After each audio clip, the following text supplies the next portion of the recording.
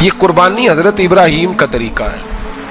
حضور نے اگرچہ نبی پاک کی اپنی سنت تھی، یہ بھی کہہ سکتے تھے سنتی و سنت ابیکم ابراہیم، میری سنت ہے اور تمہارے باپ ابراہیم کی سنت ہے. یہ نہیں فرمایا. جب صحابہ نے کہا قربانی کیا ہے، فرمایا سنت ابیکم ابراہیم، یہ تمہارے باپ ابراہیم کی سنت ہے.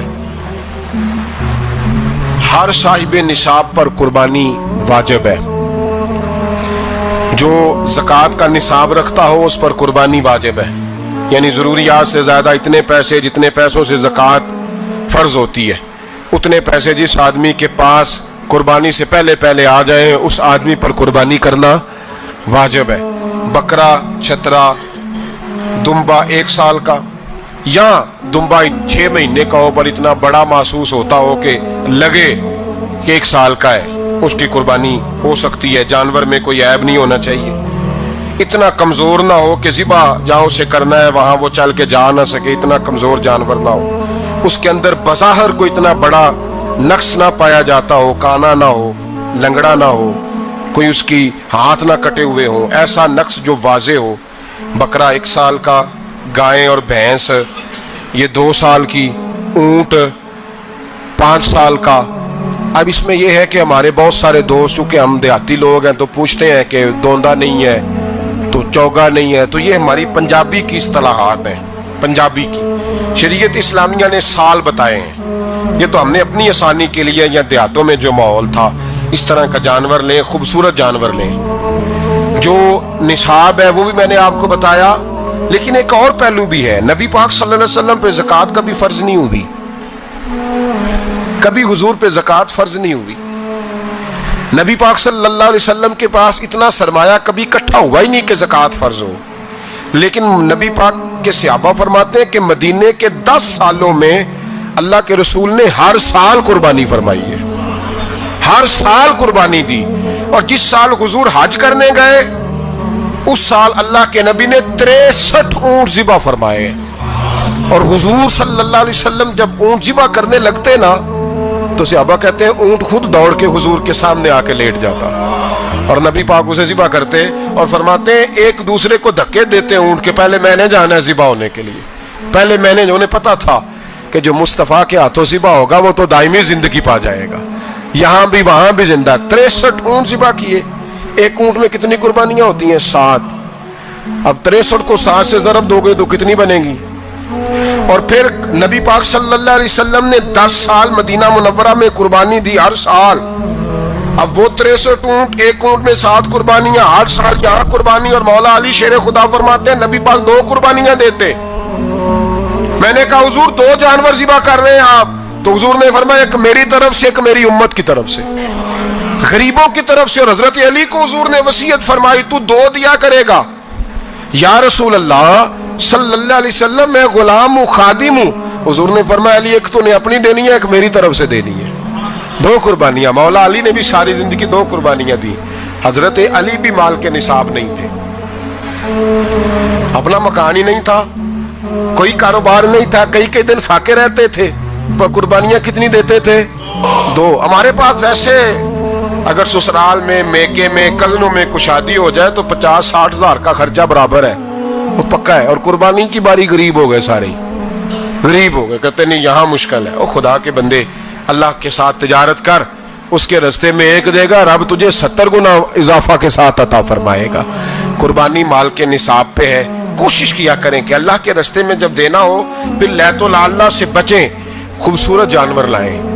جن کو اللہ نے توفیق دی ہے ان کے لیے نصیحت ہے، جن کو اللہ نے توفیق دی. میں نے اپنے حضرت صاحب کو دیکھا ہے، وہ کہتے تھے کئی جانور اللہ نے بڑا نوازا ہے. کہتے ایک میرا ہے، ایک میرے ماں کا، ایک میرے باپ کا ہے، ایک میرے فلاں استاد صاحب کا، ایک میرے پیر صاحب کا ہے. یہ جانور غوث اعظم جیلانی کا نام کا دے رہا ہوں. اور پھر ایک بڑا خوبصورت جانور بندھا ہوتا اور حضرت خود ان کو چارہ ڈال رہے ہوتے. تو حضور یہ کیا ہے؟ فرمانے لگے یہ میں رسول اللہ کے نام پہ قربان کروں گا، یہ نبی پاک کے نام پر قربان کیا جائے گا. جن کو اللہ نے حیثیت دی ہے وہ کوشش کریں اپنے محبوب کی طرف سے بھی قربانی کریں، نبی پاک کے نام کی قربانی دے. خوبصورت سا جانور پیارا، پھر اس کی خدمت ہو، پھر اس کی قربانی دی جائے اور نبی پاک کے نام پر قربانی دی جائے. حضور نے خود وصیت فرمائی حضرت ابو بکر صدیق کو، قربانی بڑا حسین عمل ہے.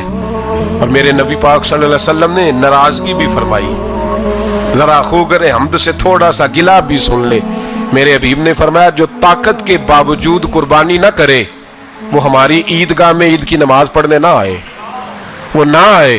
اور یا رسول اللہ جو کرے گا، فرمایا قربانی کے جانور کا خون کا قطرہ بعد میں زمین پہ گرے گا، اللہ اس کے سارے گناہ پہلے معاف فرما دے گا، اللہ اس کے سارے گناہوں کو بخشے گا. قربانی کریں، خوبصورت انداز میں کریں، اللہ کی رضا کے لیے. بزرگوں نے لکھا ہے 3 حصے کرو گوشت کے، ایک گھر میں رکھو، ایک رشتہ داروں میں بانٹو، پڑوسیوں میں بانٹو، اور تیسرا فقط غریبوں کو دو.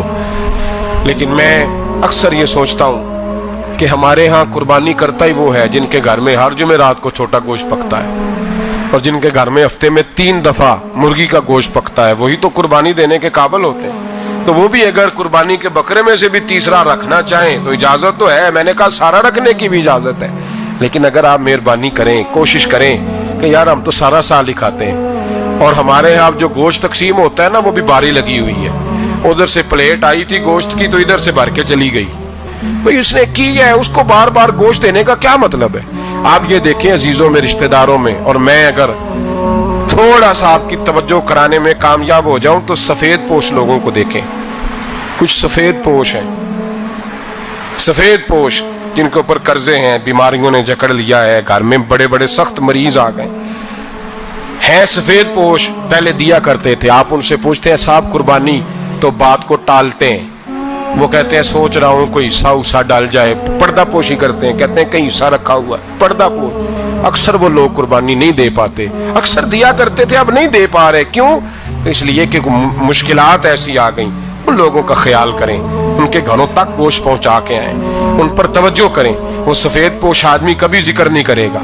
کچھ تو ایسے ہیں جو خود پہنچ جاتے ہیں کہ ہمیں گوشت دیا جائے، لیکن کچھ سفید پوش ہیں لا یسألون الناس الحافا.